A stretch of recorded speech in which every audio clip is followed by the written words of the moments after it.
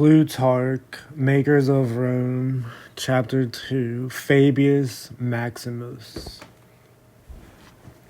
Circa 275 to 203 before Christ.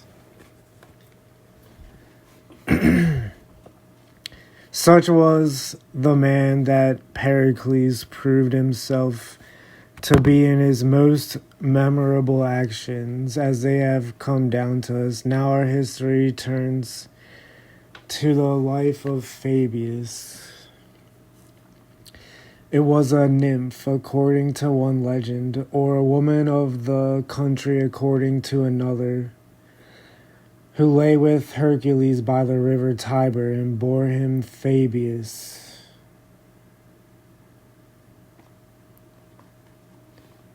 This man was the founder of the family of the Fabii, which was to become one of the greatest and most distinguished in Rome.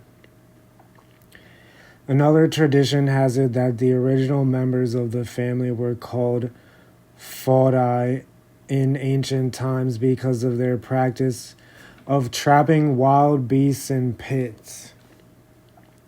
And even up to the present day, ditches are known in Latin as fossae, and the verb to dig is fodere.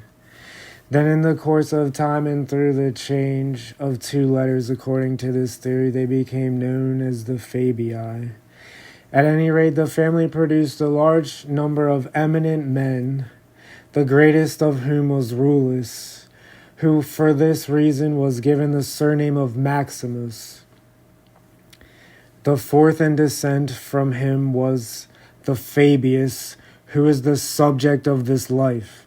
He was nicknamed Verrucosus because of a small wart which grew on his upper lip. And while he was still a child, people called him Ovicula or Lambkin because of his grave and gentle nature. He grew up with a quiet and placid disposition, showed an extraordinary caution even when he was indulging in childish pleasures, and learned his lessons slowly and laboriously. And these characteristics, combined with his docile, almost submissive behavior towards his companions, led those who did not know him thoroughly to suppose that he was dull and stupid. It was only a few who could see beyond these superficial qualities and discern the greatness of spirit, the lion-like temper, and the unshakable resolution which lay in the depths of his soul. But as time went on and his mind was stirred by the demands of the life of action, he soon proved to all alike that this apparent lack of energy was really due to his freedom of overmastering passions, and that his caution proceeded from a soundly based judgment, while the fact that he never acted on impulse and was not easily persuaded meant that he was steadfast and resolute in all circumstances. He took note early in life both of the greatness of Rome's power and of the numerous wars that threatened it. And so he trained his body for fighting, since he considered its fitness to be his natural armor. At the same time, he practiced public speaking as an instrument with which to sway the people, and created a style which was perfect expression of his way of life. His oratory carried no superfluous ornaments nor empty forensic graces, but it was full of the solid sense which characterized the man, and was reinforced by an abundance of maxims and generalizations which recalled the weighty judgments of Thucydides. One of his speeches has actually been preserved. He delivered it as a funeral oration over his son who died after he had held the office of consul. In the first of his 5 consulships, Fabius won a triumph over the Ligurians. He won a pitched battle, inflicting heavy losses on them, whereupon they withdrew into the Alps and ceased to ravage and plunder the Italian provinces which lay on their frontier. 15 years later, Hannibal broke into Italy, won his first victory at the Battle of the River Trebia, and pressed on through Etruria, ravaging the countryside as he went. The inhabitants of Rome were filled with terror and dismay at the news of his advance, and a number of portents were observed, some of them commonplace enough, such as peals of thunder, but others as inexplicable as they were unfamiliar. Thus it was reported that shields began to sweat blood, that at Antium the ripe ears of corn bled when they were cut by the reapers, that blazing red-hot stones rained down from the sky, and that at Phalerii the heavens were seen to open and many tablets to fall, one of which was inscribed with the words, "Mars is brandishing his weapons." However, none of these prodigies could daunt the consul Gaius Flaminius, who, besides being an ambitious and hot-tempered man, had been encouraged by the victories which he had won against all expectation only a few years before. On that occasion, although the Senate had disagreed with his plan, and his colleague had vehemently opposed it, he had engaged the Gauls in a pitched battle and defeated them. Fabius himself was not much disturbed by these portents, which alarmed so many of his countrymen, because he considered them too strange to be easily understood. He was much more impressed by the reports of the small size of Hannibal's force and of how poorly it was supplied, and he urged the Romans to have patience and on no account to engage a commander who led an army that had been hardened in many contests for this very purpose of forcing a decisive battle. Instead, they should send help to their allies, keep their subject cities under control, and allow Hannibal's strength, which must now be at its peak, to waste away like a flame which flares up brightly but has little fuel to sustain it. But Flaminius refused to listen to these arguments. He declared that he would not allow the campaign to be conducted near Rome, nor would he, like Camillus of old, fight a battle for the city within her very walls. And he therefore gave orders to the military tribunes to lead out the army. But as he leaped onto his horse, the animal was for no apparent reason seized with a fit of trembling and shied violently, so that Flaminius was unseated and thrown to the ground on his head. Even this did nothing to divert him from his purpose. He proceeded to march out to meet Hannibal according to his original plan, and drew up his army near Lake Trasimene in Tuscany. When the two armies were locked in battle, at the critical moment in the action, an earthquake took place which destroyed several cities, diverted rivers from their channels, and split off great fragments of cliffs. And yet, in spite of the violence of the catastrophe, none of those who were engaged in the battle noticed it at all. Flaminius himself fought with heroic strength and courage, but was cut down at last, and around him perished the flower of his army. The rest were routed, and a tremendous carnage followed. 15,000 Romans were killed, and as many were taken prisoner. Hannibal was anxious to bury Flaminius's body with military honors as a tribute to his valor, but it could not be found, and it was never discovered how it disappeared. Now, when the Romans had been defeated in the first action of the campaign at the river Trebia, Neither the general who wrote the dispatch, nor the messenger who carried it, gave a straightforward account of the battle. It was represented as being a disputed and uncertain victory, but as soon as Pomponius, the praetor, learned of this second defeat, he summoned an assembly of the people, faced them, and gave them the news in plain words, without any attempt to evade or disguise it. Men of Rome, he said, we have been defeated in a great battle. Our army has been destroyed, and the consul Flaminius is dead. You must consider now what we are to do to save ourselves. His speech fell upon the great expanse of faces, turned towards him like a sudden storm blast upon the surface of the sea.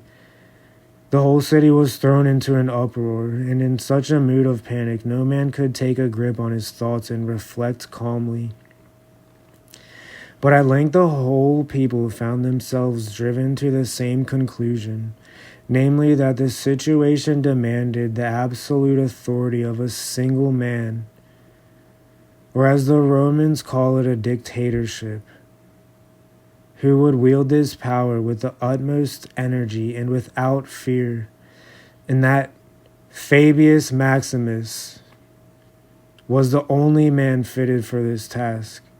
He alone, they believed, possessed a spirit and a dignity of character which were equal to the greatness of the office, and besides this, he was of an age at which the strength of the body is fully capable of executing the decisions of the brain, while boldness is tempered with discretion.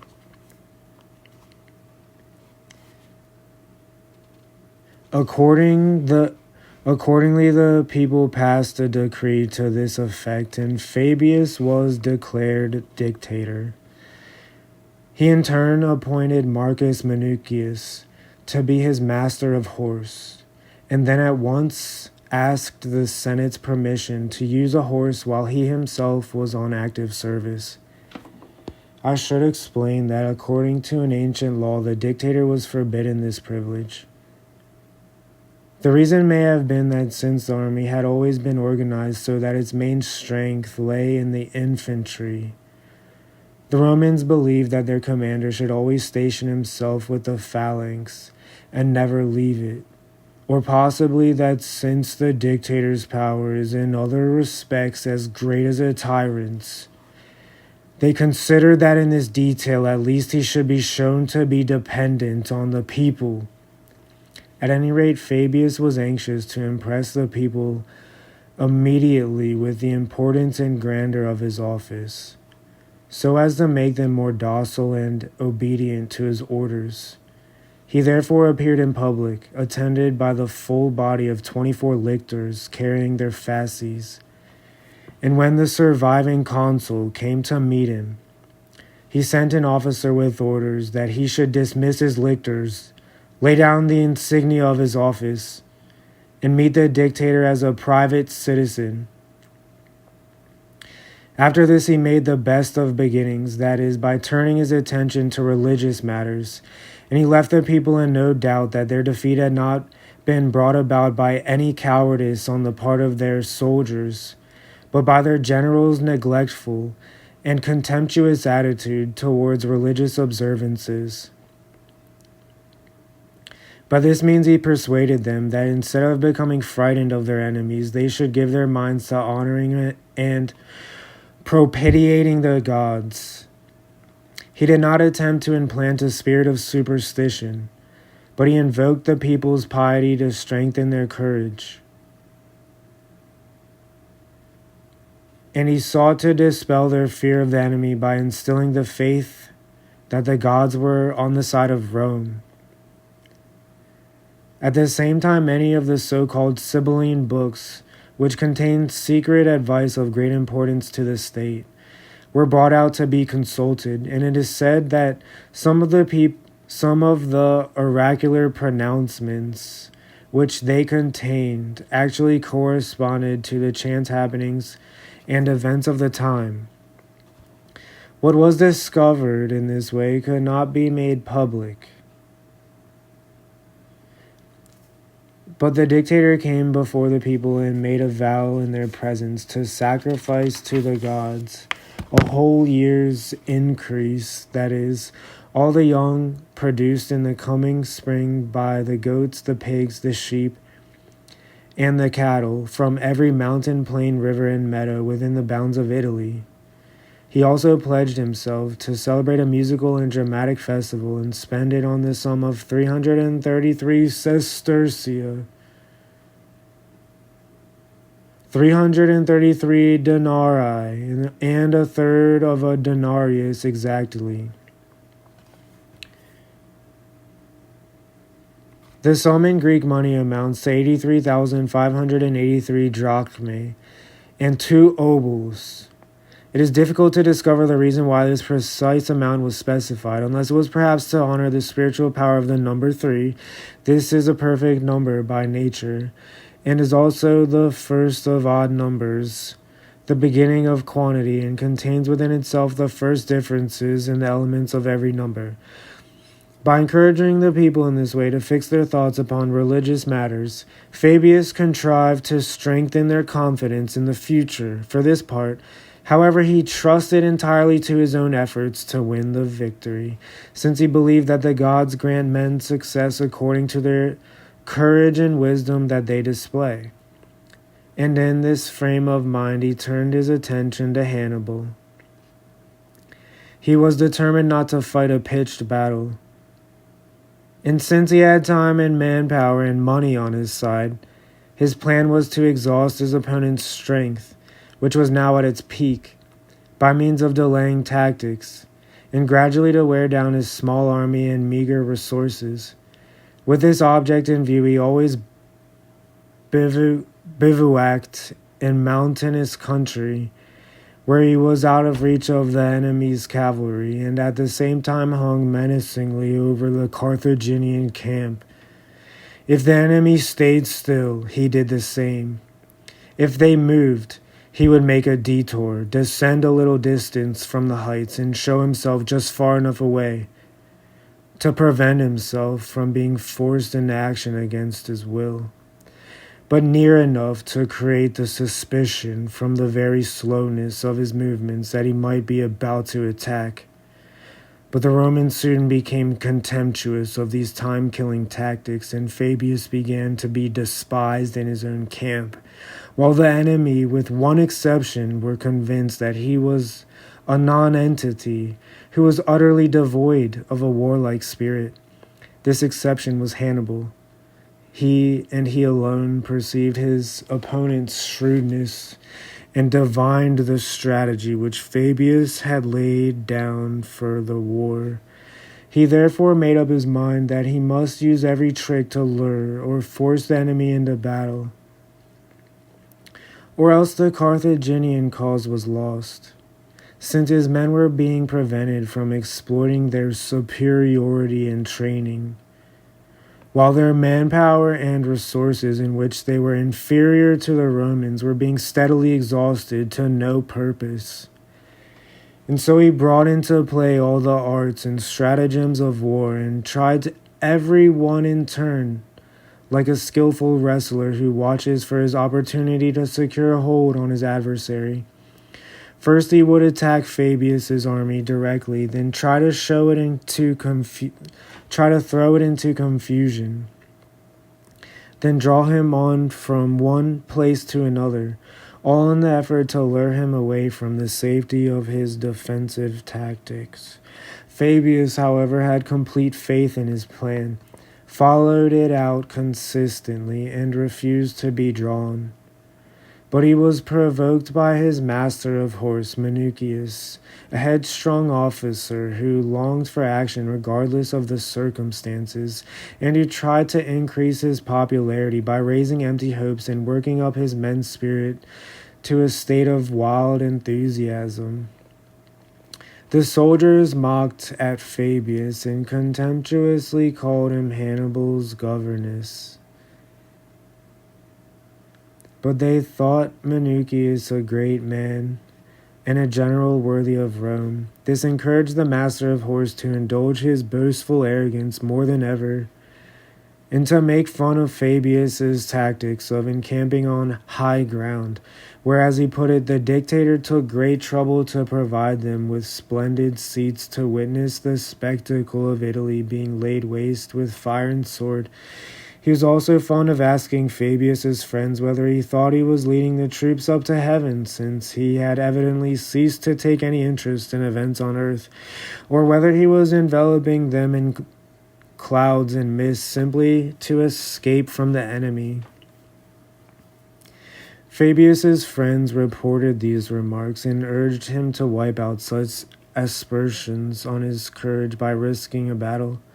His answer was, "In that case, I should be an even greater coward than they say I am, if I were to abandon the plans I believe to be right because of a few sneers and words of abuse. There is nothing shameful in experiencing fear for your country's sake. But the man who allows himself to be frightened by the opinions of others, or by their slanders or abuse, proves that he is unworthy of such a high office as this, since he makes himself the slave of the very men whom it is his duty to restrain and overrule. When they go astray and their judgment deserts them." Not long after this, Hannibal committed a serious blunder. He wished to put some distance between Fabius's army and his own, and to occupy a stretch of open country, where he could find good pasturage. He therefore gave his orders to his guides that they should lead the army immediately after the evening meal into the district of Casanum. But they did not take in the name correctly because of his foreign pronunciation, with the result that they hurried on his troops into the neighborhood of Castellinium, through the midst of which there flows a river which the Romans call Volturnus. The whole region is surrounded by mountains, but there is a narrow defile which leads down to the sea. Here the river overflows so as to form marshes and high sand dunes, and finally discharges itself into the sea onto a beach where there is no anchorage because of the heavy breakers. While Hannibal was marching down into this valley, Fabius took advantage of his knowledge of the roads to send his troops round and block the pass with a detachment of 4,000 infantry. He posted the rest of his army in a strong position on the neighboring heights, and then, with the lightest and most active of his troops, attacked the Carthaginian rear guard, killed about 800 of them, and threw the whole army into disorder.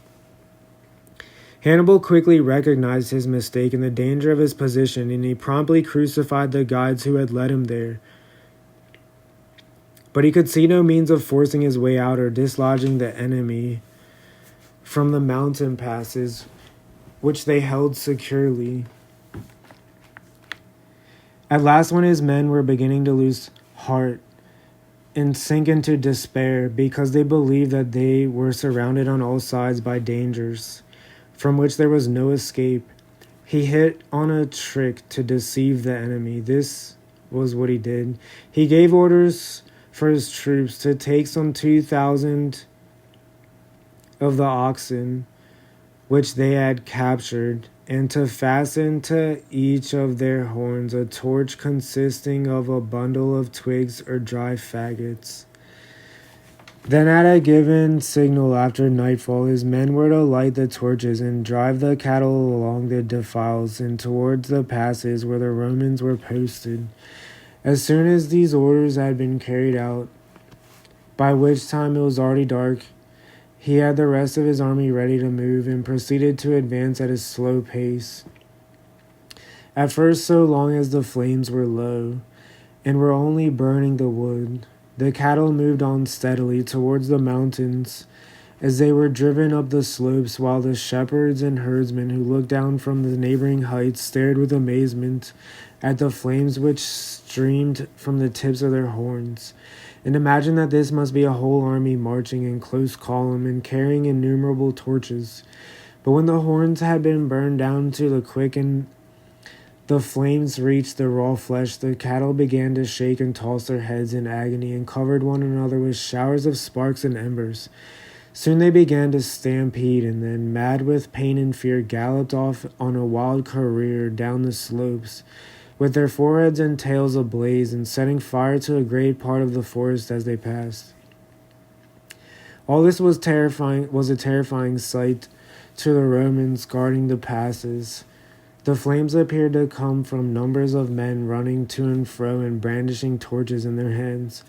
And the Romans were thrown into the utmost confusion and alarm, since they believed that they were completely surrounded and that the enemy were about to attack from all directions at once. Their courage deserted them, and they fled from their posts, fell back on the main body of the army, which was stationed on the heights, and abandoned the defiles. In a moment, Hannibal's light troops came up and seized the passes, and the rest of the Carthaginian army marched safely through, heavily loaded with plunder. Fabius discovered the trick which had been played on him before the night was over. For some of the cattle had been caught by the Romans during their stampede, but he was afraid of falling into an ambush in the dark, and so kept his men under arms, but did not allow them to move. As soon as it was light, however, he pursued the enemy and harried their rear guard. There were many hand-to-hand encounters over difficult ground and much confused fighting. At last Hannibal detached from his advance guard a body of his Spanish light infantry, fast-moving troops who were agile and practiced mountaineers. They fell upon the heavily armored Roman infantry, killed many of them, and forced Fabius to retreat. This episode brought down more abuse and contempt upon Fabius than anything that had happened before. He had refused the challenge of an outright trial of strength in the hope of overwhelming Hannibal through superior judgment and foresight. But it was in these very qualities that the Carthaginian had manifestly outgeneraled and defeated him. Hannibal was anxious to increase the general resentment against Fabius still further. Accordingly, when he arrived at his country estates, he gave orders that these should be spared, while all the surrounding property should be ravaged and burned, and even had a guard put on them to make sure that nothing should be removed and no damage done. When the news reached Rome, it provoked a fresh wave of indignation against Fabius. The tribunes of the people kept up a stream of denunciation against him, most of which was instigated and encouraged by Metilius. He did this not out of any personal animosity towards Fabius, but because he was a relative of Minucius, the master of the horse, and believed that if he could lower Fabius's reputation, he would be raising his subordinates.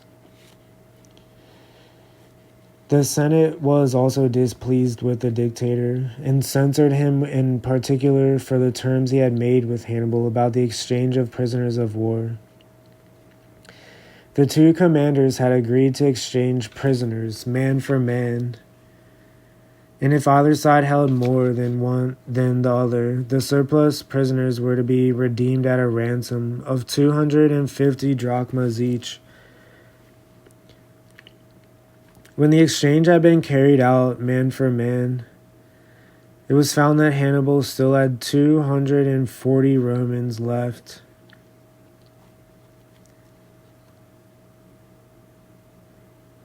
The Senate decided that it would not provide their ransoms for these and blamed Fabius for having acted improperly and against the interests of the state in attempting to rescue men who had fallen into captivity only because of their own cowardice. When Fabius heard this news, he did not allow his countrymen's anger to disturb him, but since he had no ready money of his own and could not tolerate the idea of either cheating Hannibal or of abandoning the Roman prisoners to their fate, he sent his son to Rome with instructions to sell his estates and bring him the money immediately at the camp. The young man carried out the sale and returned without delay, whereupon Fabius dispatched the ransoms to Hannibal and recovered the prisoners. Many of these men later offered to repay him, but he would accept nothing, and insisted that the debt should be cancelled for every one of them. After this, he was recalled to Rome by the priests to be present at various sacrifices as the duties of his office demanded, and he then handed over the command to Minucius, with orders not to become involved in a battle nor engage the enemy in any way. Fabius not only issued these orders as dictator, but he repeated them to his deputy as his personal advice and request. Minucius paid little attention to any of these warnings and immediately began to test the enemy's strength. One day he noticed that Hannibal had dispatched the greater part of his army on a foraging expedition. He promptly attacked the remainder, drove them back into their entrenchments with heavy losses, and spread panic among the rest, who were afraid that he would now lay siege to their camp. Then when Hannibal concentrated his forces again inside the camp, Minucius succeeded in withdrawing his troops without loss. This engagement vastly increased Minucius' own arrogance and high opinion of himself, and filled his soldiers with rash confidence. An inflated report of the action quickly reached Rome, and Fabius's comment when he heard it was that he feared the consequences of Minucius' success much more than his failure. Nevertheless, the people were delighted at the news and hurried exultantly to a meeting in the Forum. There the tribune Metilius mounted the rostra and delivered a rabble-rousing speech in which he glorified Minucius and denounced his superior. He attacked Fabius not merely as an effete and spiritless leader, but even as a traitor, and he included in the same accusation many of the ablest and most distinguished men in the state. First of all, they had led Rome into the war, he said, to destroy the power of the people. And then they had promptly delivered the city into the hands of a single dictator who was answerable to no man, and who by his dilatory tactics would allow Hannibal ample time to establish himself and summon another army from Libya, since he could claim that he now held Italy in its power. When Fabius addressed the people, he wasted no time in defending himself against the tribune's charges. He merely said that the sacrifices and other religious rites must be carried out as quickly as possible to enable him to return to the army and punish Minucius for having attacked the enemy against his orders. These words produced a great commotion among the people, since they now understood the danger in which Minucius stood.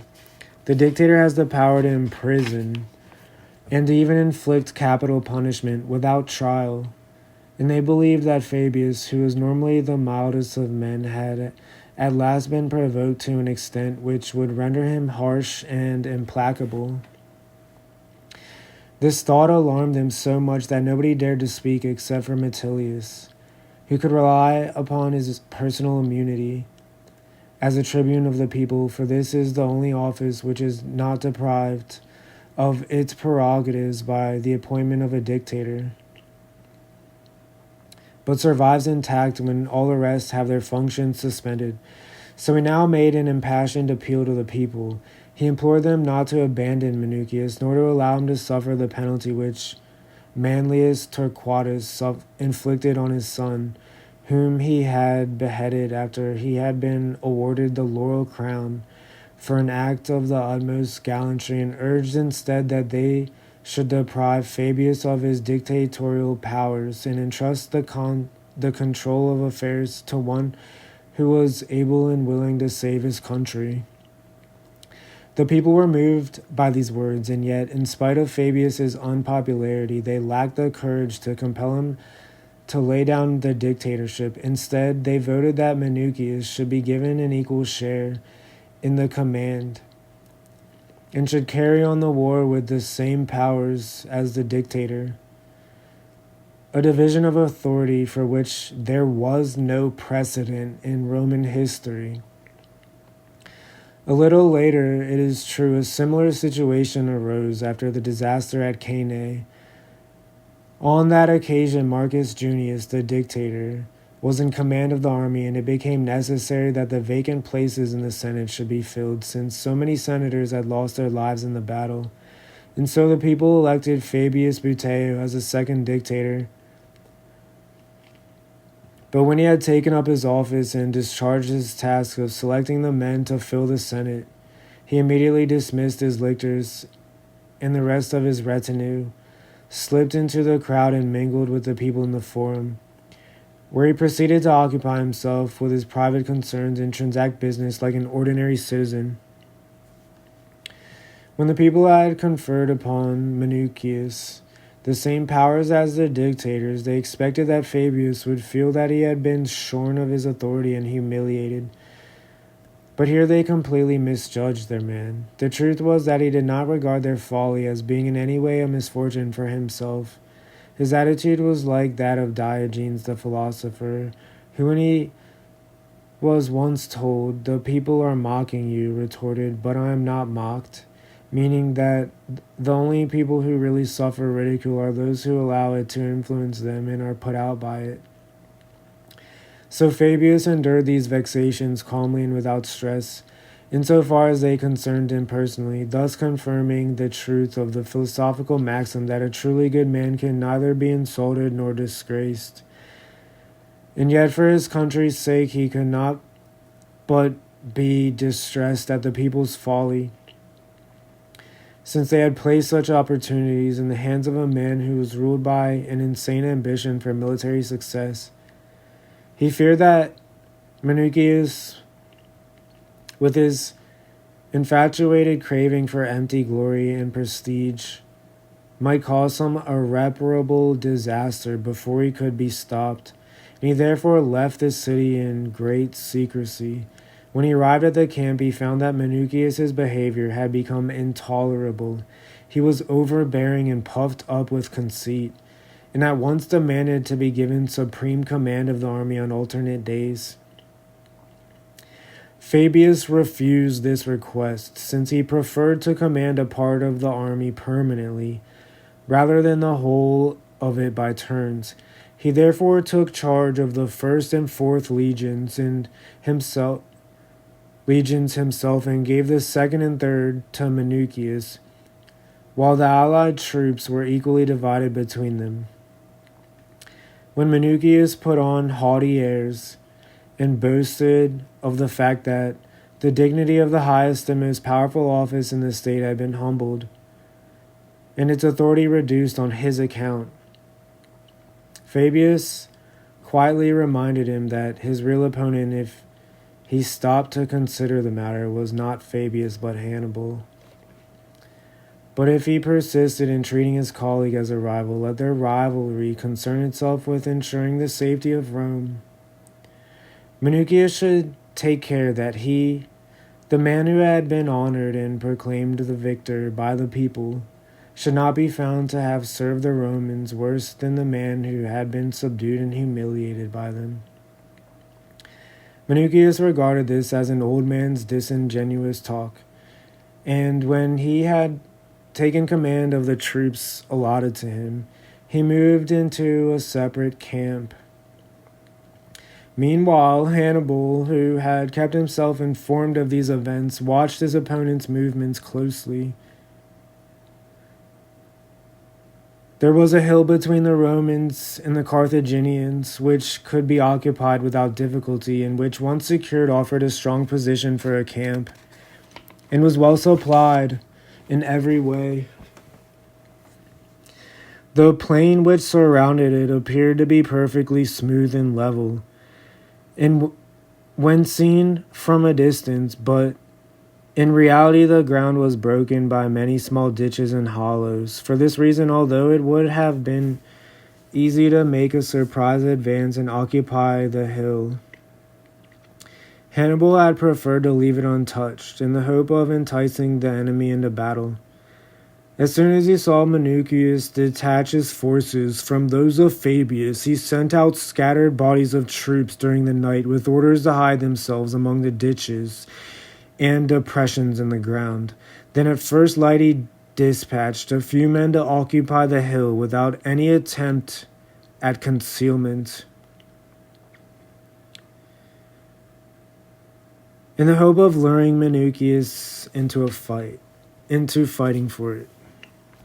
His plan worked. First of all, Minucius sent forward his light-armed troops, then his cavalry, and finally, when he saw that Hannibal was coming to the rescue of his men on the hill, he drew up his whole army and marched down into the plain. His men attacked courageously, advancing in the face of a hail of missiles from the hill, coming to close quarters there and holding their ground.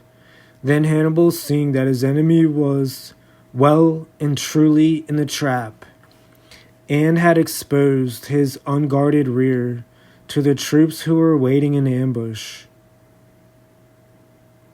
raised the signal. Thereupon his men sprang up from their hiding places on all sides and attacked with loud shouts, cutting down the rear ranks of the enemy. An indescribable confusion and panic spread through the Roman army. Minucius himself felt his confidence gone and began to glance anxiously at his commanders in turn. None of them had the courage to stand their ground, and before long they broke and fled. But this proved a disastrous move, for the Numidian cavalry, who were now the masters of the field, galloped round the plain and cut down the fugitives as they vainly attempted to scatter. None of this had escaped Fabius, who by now was well aware of the terrible danger that threatened the Romans. He had foreseen the consequences of Minucius's rashness, drawn up his own troops under arms, and kept himself informed of the progress of the battle, not through the reports of scouts, but from his own observations from a point of vantage in front of his camp.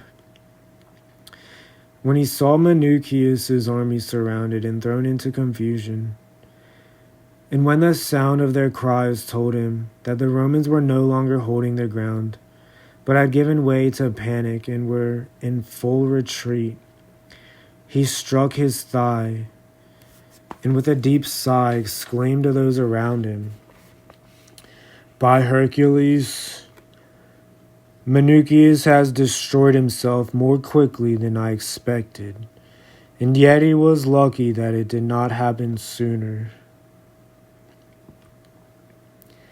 He then gave orders for the standards to advance with all speed, and for the rest of the army to follow, and called out in a loud voice, "My soldiers, every one of you must hurry forward. There is no time to lose. Think of Marcus Minucius. He is a brave man and loves his country, and if he has made a mistake in his anxiety to drive back the enemy, we will blame him for that another time." As soon as he appeared on the scene, he routed and scattered the Numidian cavalry who were galloping about the plain. Then he turned against the troops who were attacking the Roman rear.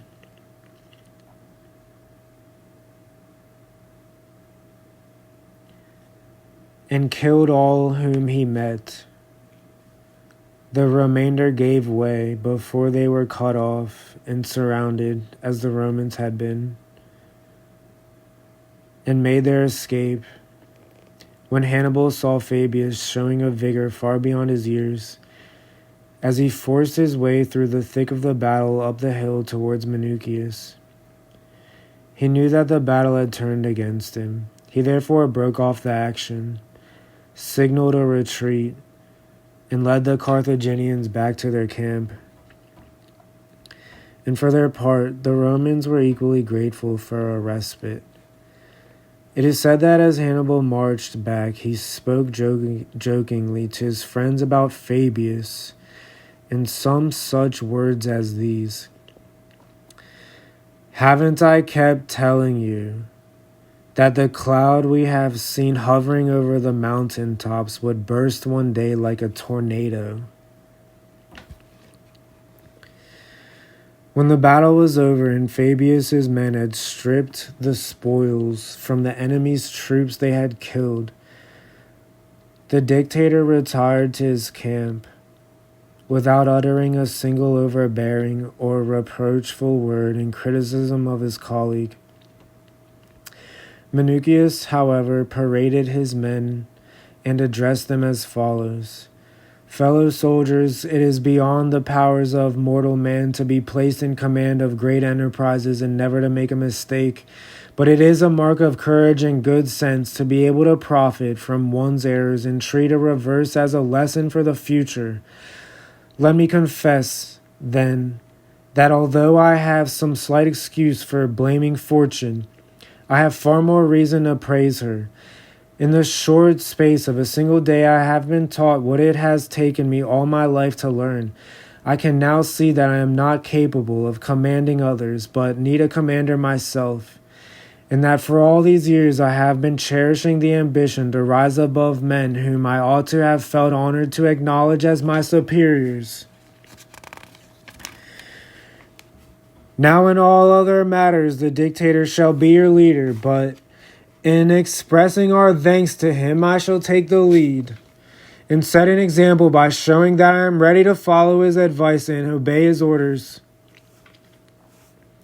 After these words, he ordered the eagles to be raised aloft, and all his men to follow them, and he led the way to Fabius's camp.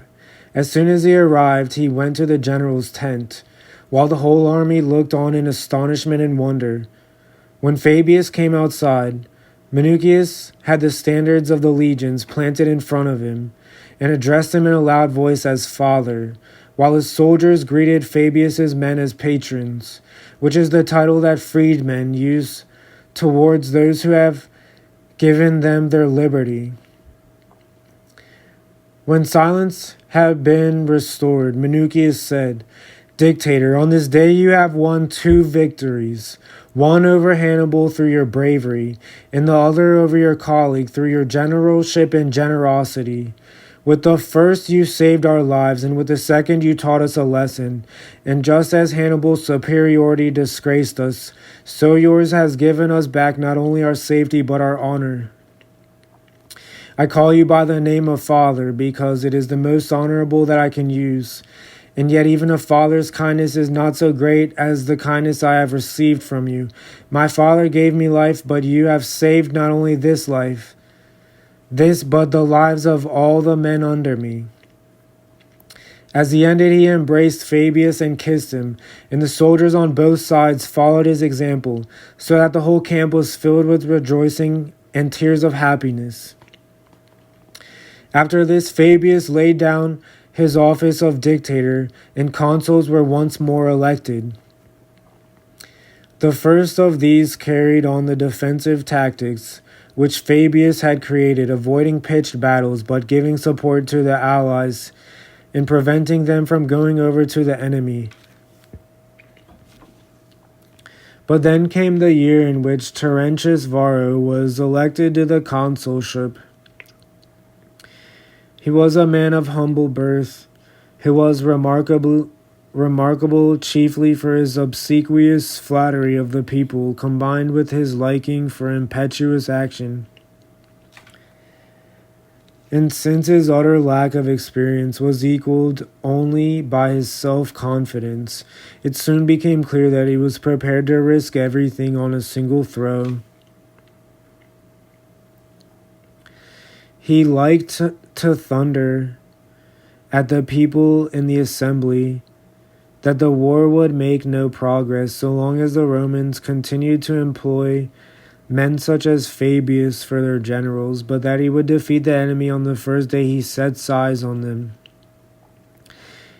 He did not confine himself to making these speeches, but he enlisted and assembled a larger force than Rome had ever put into the field against any enemy. 88,000 men were mobilized for his campaign, and this caused the greatest alarm to Fabius and all the more thoughtful Romans. For they believed that if this city were to lose so many men in the prime of life, she would never recover from the blow.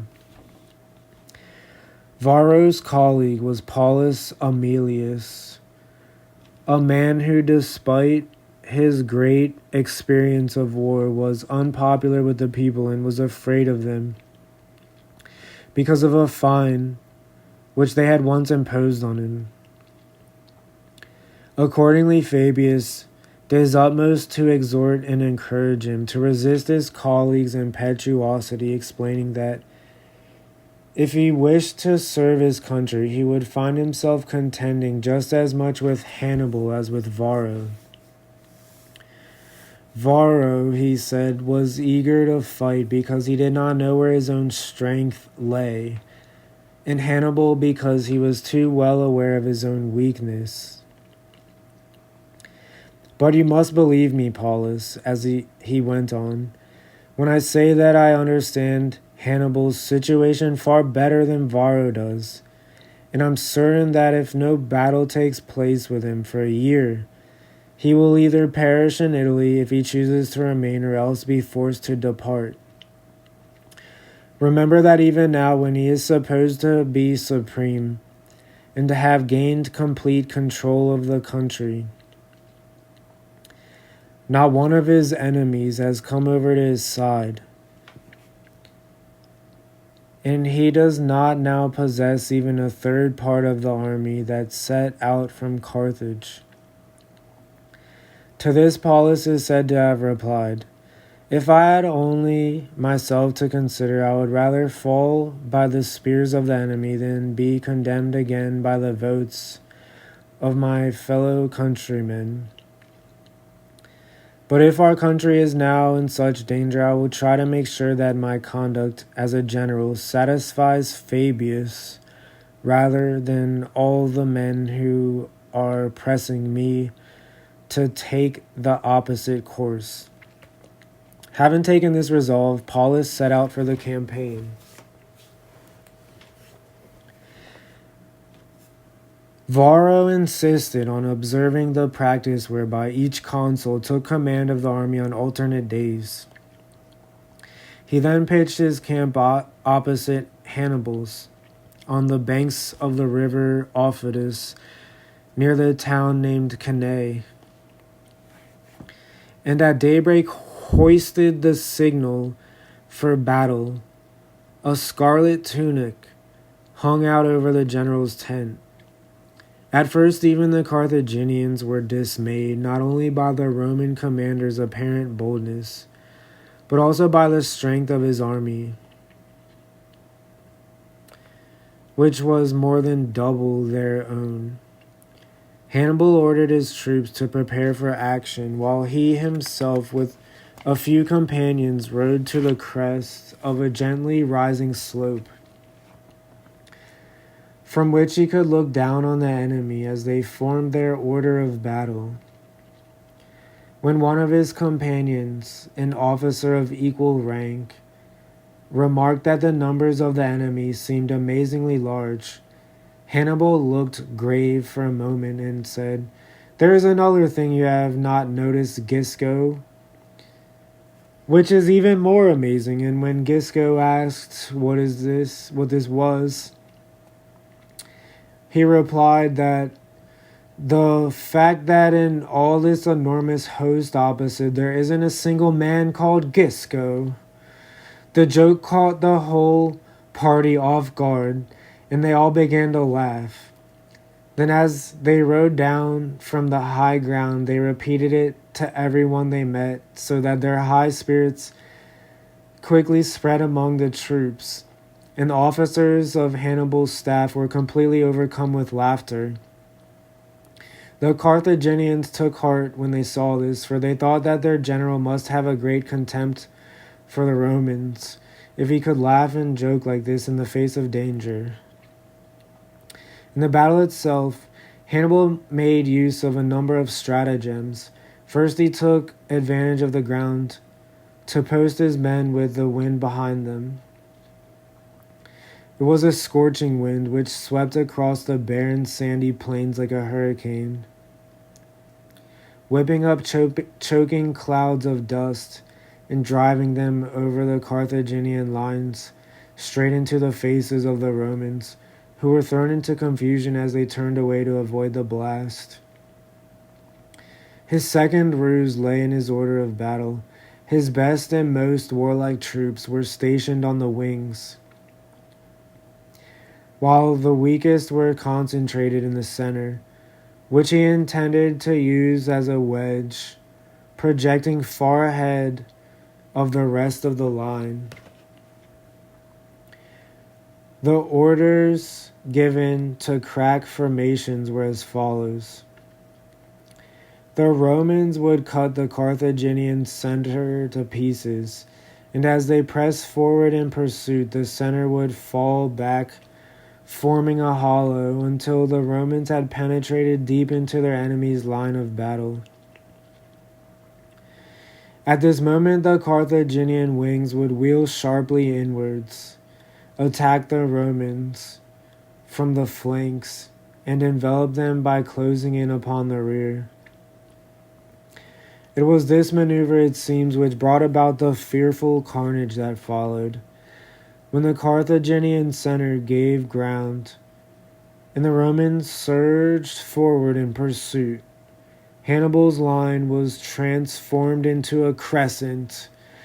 Thereupon the commanders of the picked troops on the wings wheeled them swiftly to the right and left and attacked the enemy on their unguarded flanks, so that the Romans were overwhelmed and slaughtered to a man, except for the few who escaped before their encirclement was complete.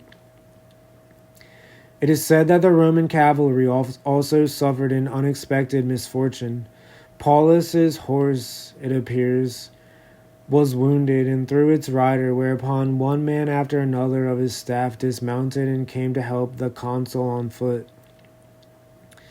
When the main body of the cavalry saw this, they assumed that it was a general order, with the result that every man dismounted and engaged the enemy on foot.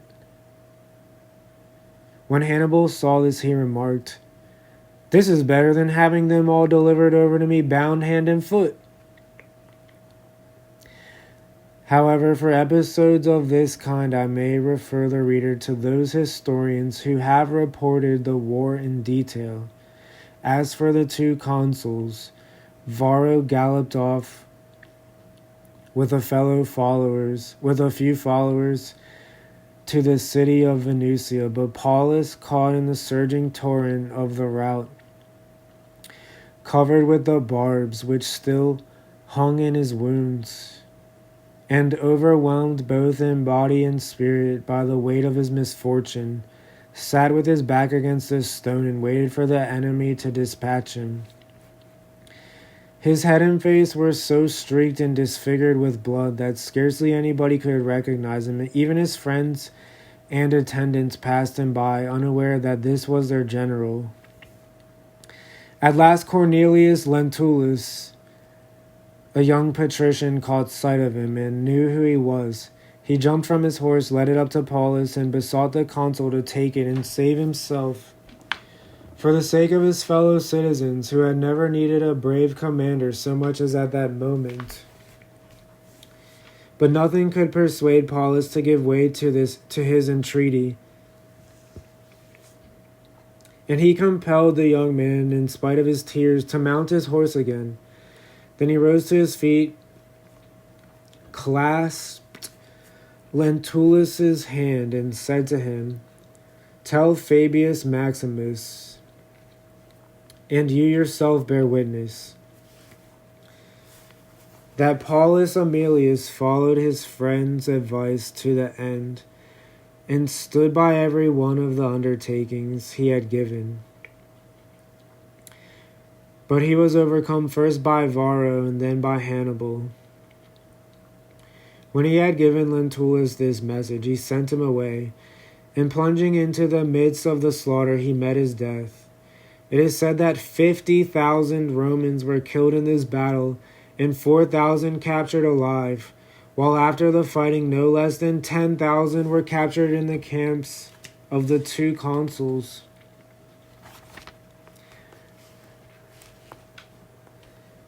After this overwhelming success, Hannibal's friends urged him to follow up his good fortune and force his way into Rome on the heels of the retreating enemy, and they assured him that if he pressed on, he would be dining on the Capitol on the 5th day after his victory.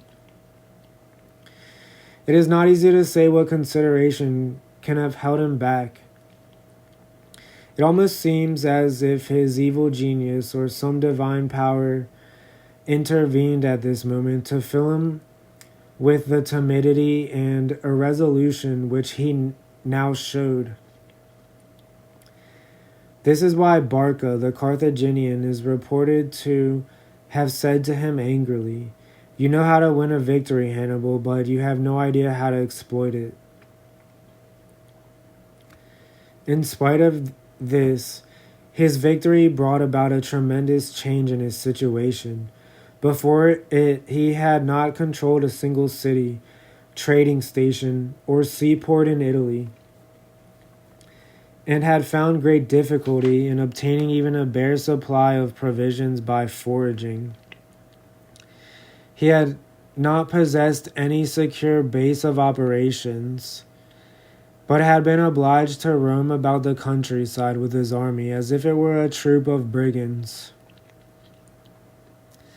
But after Cannae, he brought almost the whole of Italy under his control. Many of the largest tribes came over to him of their own accord, and he also persuaded Capua, which was the most important city after Rome, to give him her support. Misfortune tests the quality of our friends, Euripides tells us, and the same test, it would seem, reveals the prudent general. The very strategy which, before the battle, had been condemned as passive and cowardly, now came to be regarded as the product of a superhuman power of reasoning, or rather of a divine, almost miraculous intelligence, capable of penetrating the future and prophesying a disaster which could scarcely be believed by those who experienced it. So it was upon Fabius that the Romans centered their last hopes. His wisdom was the sanctuary to which men fled for refuge, as they might to a temple or an altar, and they believed that it was his practical capacity above all which had preserved the unity of Rome at this moment, and had prevented her citizens from deserting the city and dispersing, as had happened during the disasters of the Gallic invasion. For when the people had felt secure, it was Fabius who had appeared to be cautious and timid. But now, when all others were giving way to boundless grief and helpless bewilderment, he was the only man to walk the streets with a resolute step, a serene expression, and a kindly voice. It was he who checked all womanish lamentations and prevented those who wished to bewail their sorrows from assembling in public. On the other hand, he persuaded the Senate to continue to hold its meetings, stiffened the resolution of the magistrates, and made himself the strength and moving spirit of all the offices of state, since every man looked to him for guidance. He placed guards at the gates of Rome to prevent the frightened crowds from abandoning the city, and he regulated the times and the places at which it was permissible to lament the dead. Those who wished to go in the morning were ordered to do so in their homes for a period of 30 days, at the end of which all mourning was to cease, and the city was to be purified of such rites. Since the festival of Ceres happened to fall within these dates, it was thought better to cancel both the sacrifices and the procession, since the small numbers and the dejection of those taking part could only bear a painful witness to the magnitude of the disaster, for it is the honors they receive from the fortunate which give most pleasure to the gods. However, all the rites which the augurs recommended to appease the anger of the gods, or to avert inauspicious omens, were duly performed. Besides this, Fabius Pictor, a relative of Fabius Maximus, was sent to consult the oracle at Delphi. And when two of the Vestal virgins were found to have been seduced, one of them was buried alive according to the traditional custom, and the other took her own life. But perhaps what may impress us most of all today was the spirit of calm composure which the city displayed when Varro, the surviving consul, returned after his flight from the battlefield. He arrived in a state of the deepest dejection and humiliation, as a man who had brought a most terrible and disgraceful calamity upon his country, to find himself met by the Senate and the whole people, who welcomed him at the gates. As soon as calm had been restored, the magistrates and senior members of the Senate, of which whom Fabius was one, praised him because, even in the midst of such a disaster, he had never abandoned hope for the city, but had presented himself to take up the duties of government and to invoke the aid of the laws and of his fellow citizens, confident that their salvation lay in their own hands. When at length the citizens learned that Hannibal had turned aside after the battle and set off for other parts of Italy, their courage revived, and they once more sent armies and generals into the field. The most remarkable of these were Fabius Maximus and Claudius Marcellus, both of whom earned high praise, although for qualities which are almost diametrically opposed.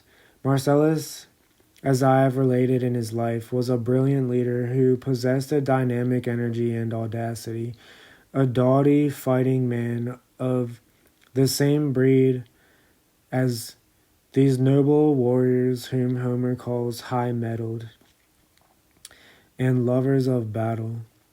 Accordingly, he conducted his first operations against Hannibal in a spirit of enterprise and daring which matched Hannibal's own. Fabius, on the other hand, clung to his original ideas and placed his faith in the principle that if nobody fought with Hannibal or even harassed him, his army would wear itself out and its fighting qualities would swiftly decline. Like an athlete whose physique has been overtaxed and exhausted.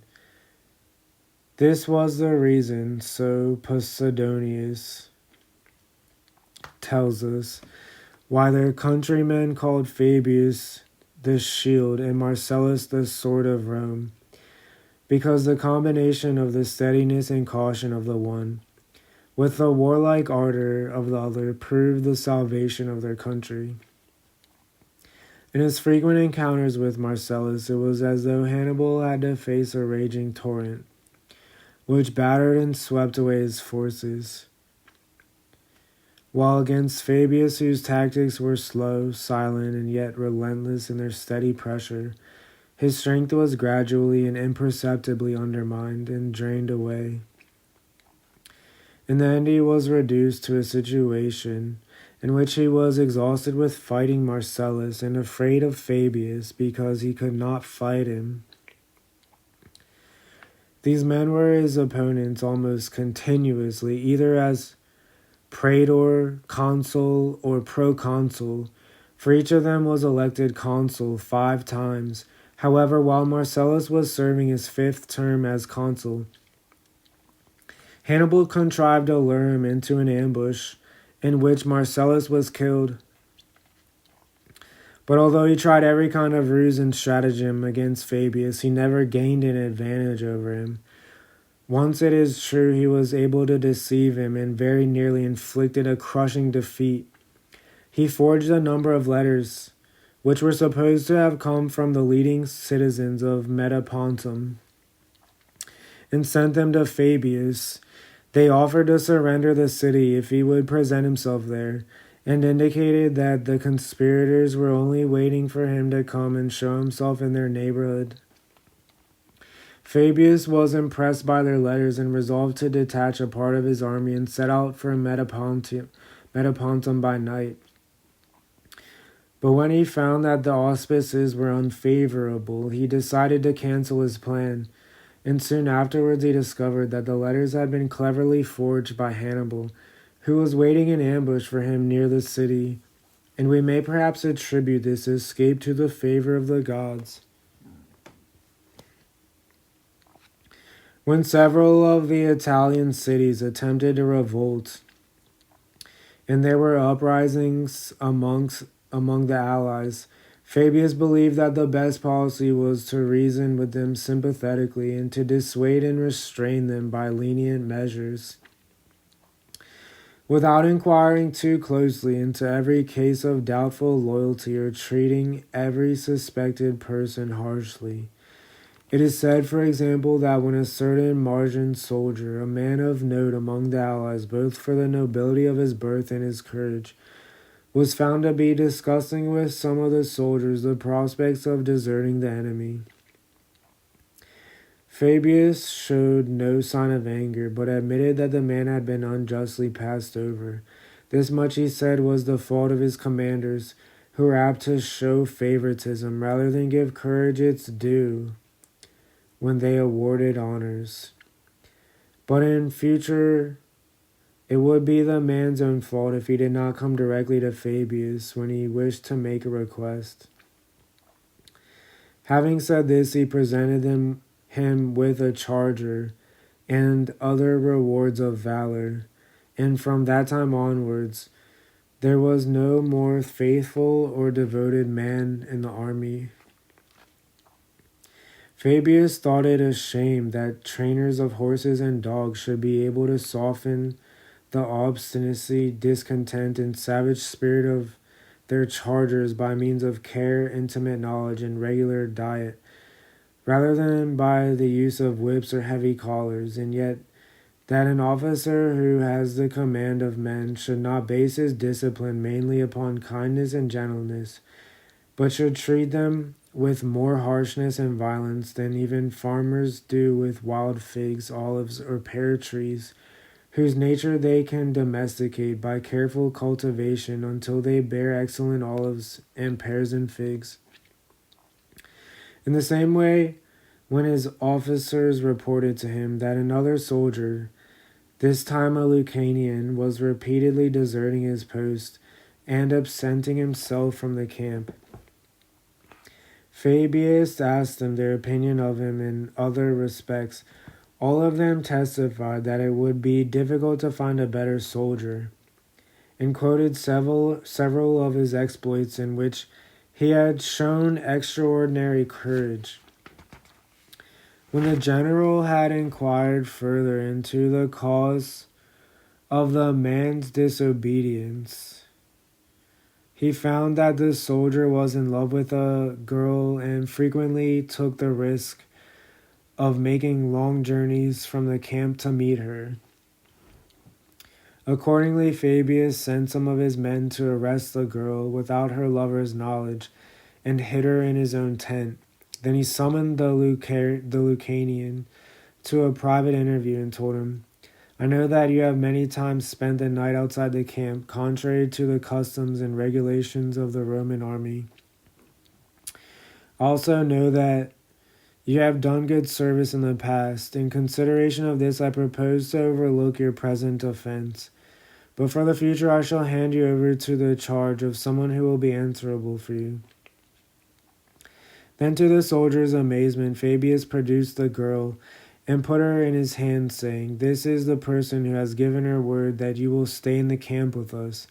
Now you can prove by your conduct that you had no other discreditable motive, but that this girl and your love for her was the only reason that made you desert your post." Such is the account that we have of this episode. Fabius succeeded in recapturing the city of Tarentum, which the Romans had originally lost by treachery, and here another love affair played its part. There was a young Tarentine in the Roman army whose sister was particularly devoted to him. The commander of the garrison stationed by Hannibal to defend the city, who was a Bruttian, had fallen deeply in love with this girl, and this fact encouraged her brother to hope that he might turn it to the advantage of the Romans. Fabius gave his consent to this scheme, and the young man made his way into the city under the pretense of having deserted the army to visit his sister. For the first few days of his stay, the Bruttian remained at home, since the girl supposed that her brother knew nothing about their love affair. Then her brother said to her, "When I was with the Roman army, there were rumors that one of the commanders of the garrison has been paying court to you. Who is he? If he is a man of high reputation, who is well known for his courage, as I have been told, it makes little difference what country he belongs to, since war throws all our affairs into confusion and mixes all the nations together. It is no disgrace to yield to necessity. On the contrary, in these days, when right has so little power, we must think ourselves lucky if might, supposing we are obliged to surrender to it, turns out not to be too disagreeable." After this, the girl sent for the Bruttian and introduced him to her brother, who quickly won the barbarian's confidence. Not only did he encourage the love affair, but it was clear that he persuaded his sister to show more tenderness and compliance to her lover than before. From here it was a simple step, since the Bruttian was not only a lover but a mercenary, to persuade him to transfer his allegiance to the Romans, by the promise of a large reward which he would receive from Fabius. This is the commonest version of the story, but some writers say that the woman who seduced the Bruttian from his allegiance was not a Tarentine, but was herself a Bruttian, and that she had previously been Fabius's mistress. When she discovered that a fellow countryman and acquaintance of hers was in command of the garrison, she informed Fabius, met and spoke with the man beneath the city walls, and gradually won him over to the Roman cause. While this plot was being hatched, Fabius wished to devise a scheme to draw Hannibal away from the neighborhood, and he therefore gave orders to the garrison of Rhegium to overrun and ravage the territory of the Bruttians, and to take Colonia by storm. This body of troops at Rhegium was 8,000 strong. Many of them were deserters, and they included the worst elements of the force, which Marcellus sent home from Sicily in disgrace. In fact, they were men who were considered expendable, and whose loss would cause the least possible harm or distress to Rome. Fabius hoped that by throwing out this force as a bait before Hannibal, he would lure him away from Tarentum. And this was exactly what happened. Hannibal immediately hurried with his army to Bruttium to pursue them, and meanwhile Fabius moved in to besiege Tarentum. On the 6th day of the siege, the young man, whose sister had helped him to concert his plan, with the Brutian commander, came to visit Fabius at night. He had seen and inspected the place where the Brutian would be keeping watch to let in the besiegers and hand over the city, but Fabius was not prepared to make his plans entirely dependent on this act of treachery. Accordingly, he himself led a body of troops to the appointed place, while the rest of the army launched a general attack on the walls by land and sea. Their assault was accompanied by a tremendous clamor and commotion, until most of the Tarentines had rushed to the support of the defenders. Then the Brutian gave Fabius the signal, whereupon he and his men scaled the walls and took possession of the city. At this point, however, Fabius's ambition seems to have proved stronger than his principles, for he ordered his men to put the Brutian contingent to the sword before anyone else, so as to conceal the fact that he had captured the city by treachery. However, he not only failed to win the credit for this exploit, but he incurred the charge of bad faith and inhumanity. Besides the Brutians, many of the Tarentines were killed.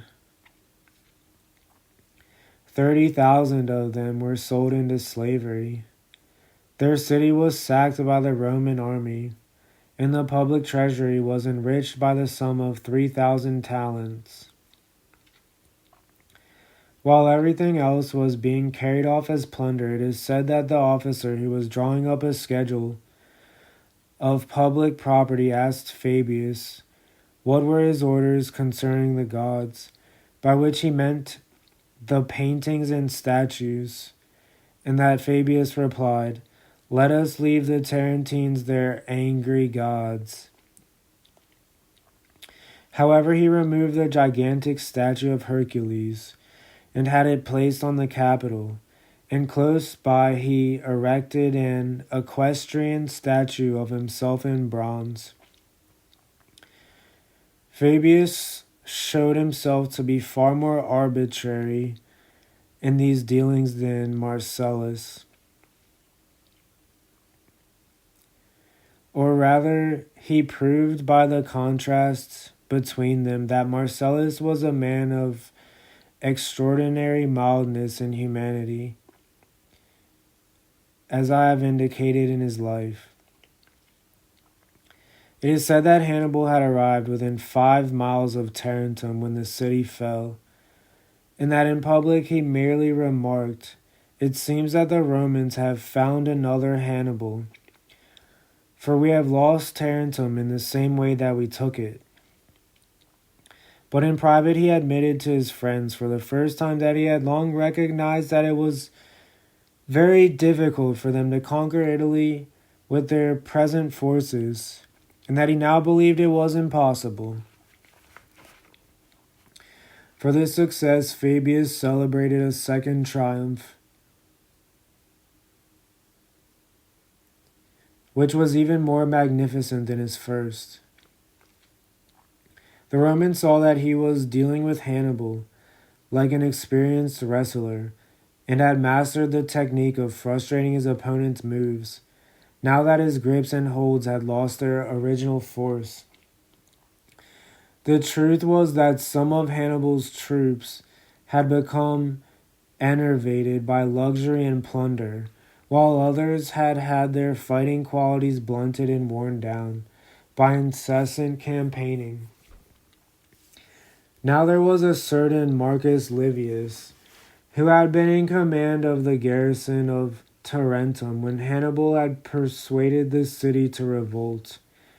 He had seized the citadel, however, and had never been dislodged from this position, but continued to hold out until the town was recaptured by the Romans.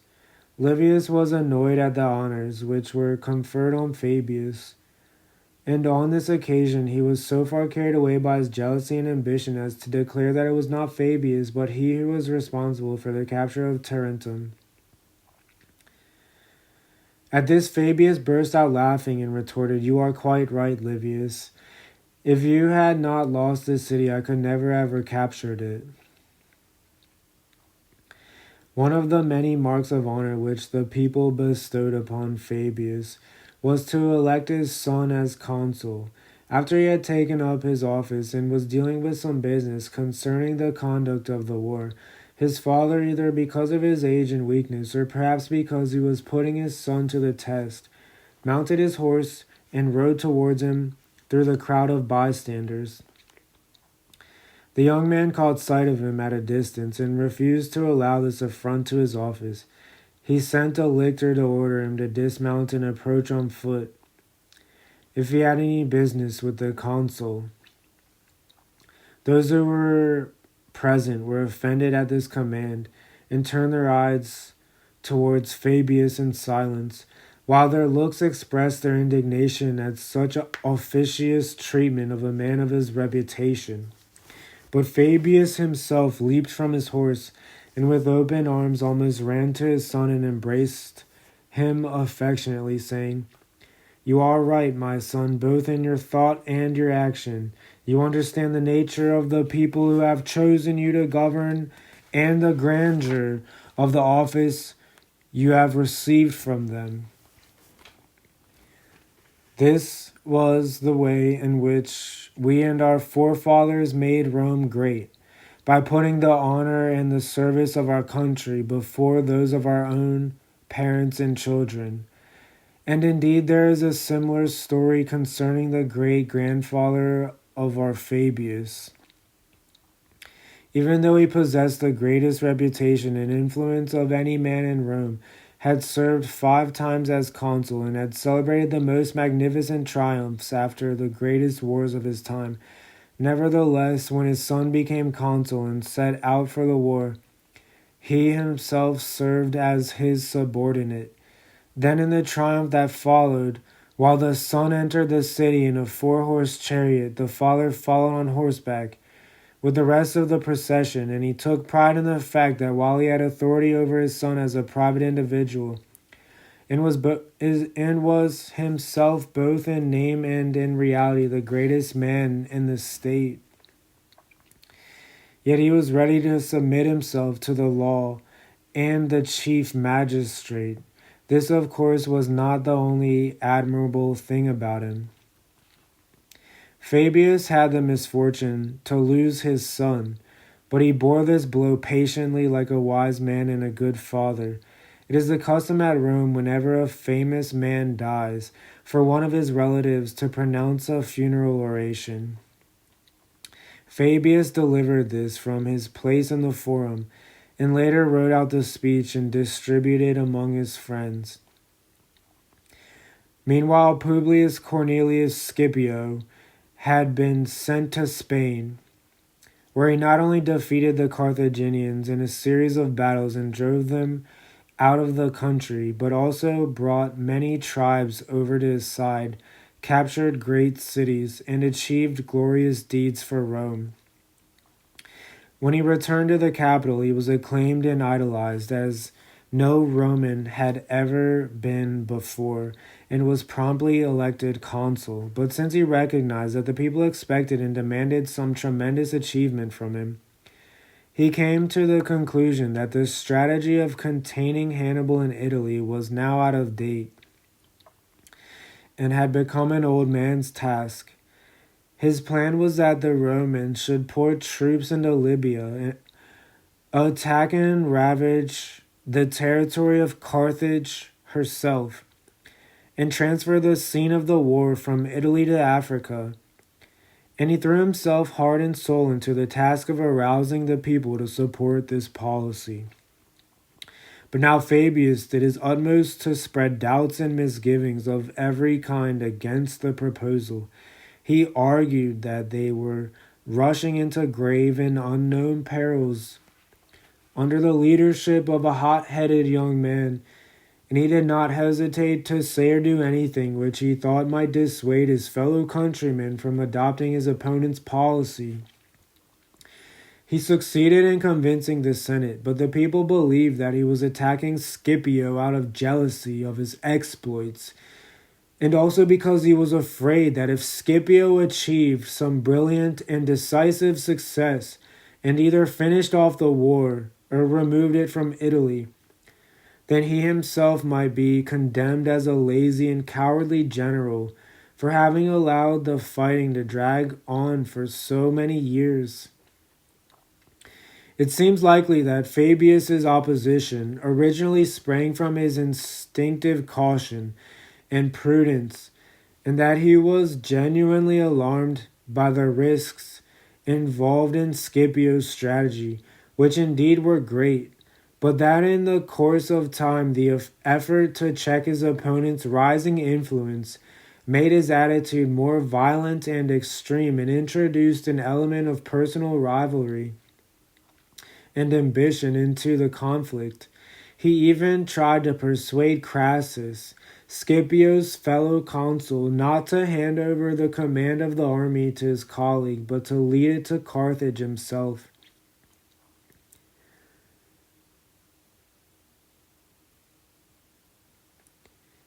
If the decision to invade Africa were adopted, and he also prevented the voting of any funds for the campaign, and he therefore collected it on his private account from the cities of Etruria, which were devotedly loyal to him.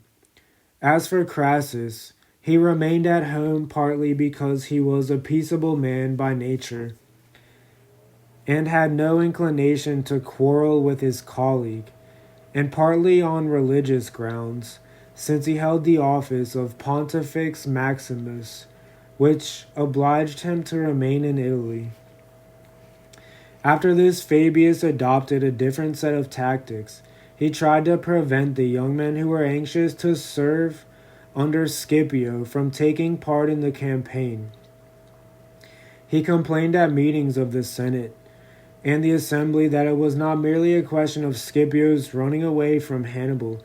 He was proposing to sail off with the whole reserve of Italy's manpower, and he was deluding these young men with false hopes and persuading them to abandon their parents, their wives, and their city.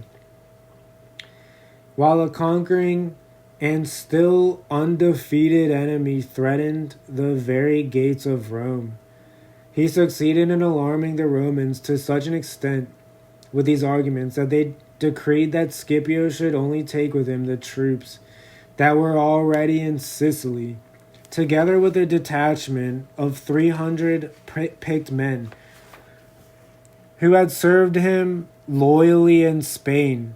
And insisting on this policy, Fabius was clearly dominated by the dictates of his own cautious nature. However, no sooner had Scipio landed in Africa than almost immediately news began to arrive in Rome of extraordinary achievements, brilliant exploits, and decisive victories. The reports were quickly substantiated by the immense spoils which followed these successes. The king of Numidia was captured. 2 of the enemy's camps were burned and destroyed together with great quantities of men, horses, and arms. And envoys were sent to Hannibal with urgent instructions that he must abandon his fruitless hopes in Italy and hasten home to the rescue of his native city. And yet when every tongue in Rome was applauding Scipio's victories, this was the moment which Fabius chose to demand that he should be recalled and a successor sent out. He did not attempt to justify this request, but merely repeated the familiar proverb to the effect that it was dangerous to entrust such immense operations to the fortune of one man, since it is difficult for any single man to enjoy good fortune at all times. This proposal offended most of Fabius's fellow citizens, who felt that he was now acting out of mere peevishness and malice, or else that in his old age he had lost all his courage and confidence and was obsessed by an exaggerated fear of Hannibal.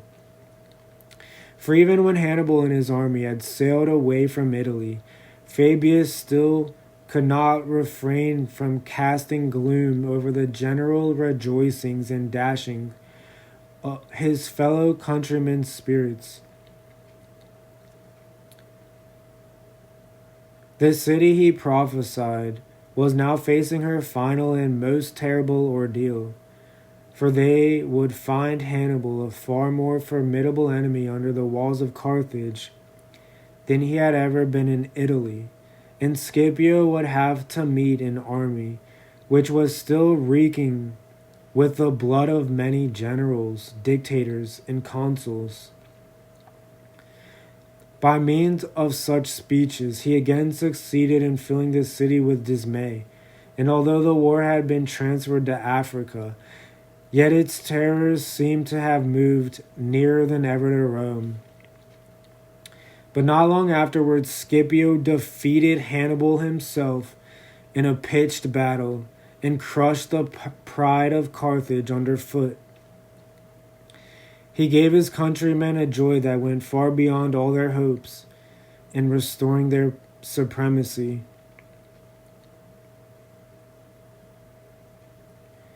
Fabius Maximus, however, did not live to see the end of the war, nor did he ever hear Hannibal's overthrow, nor witness the glorious and lasting prosperity of his country.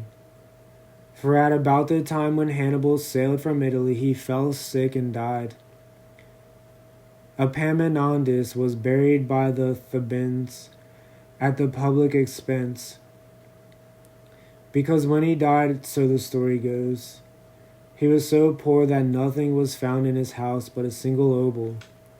The Romans did not bury Fabius at the expense of the state, but every citizen contributed the smallest coin in his possession towards the funeral. This was not because he was so poor as to need their help, but rather because they felt that they were burying the father of their people. Thus, in his death, he received the honor and regard which he had earned by the conduct of his life. In 203 BC.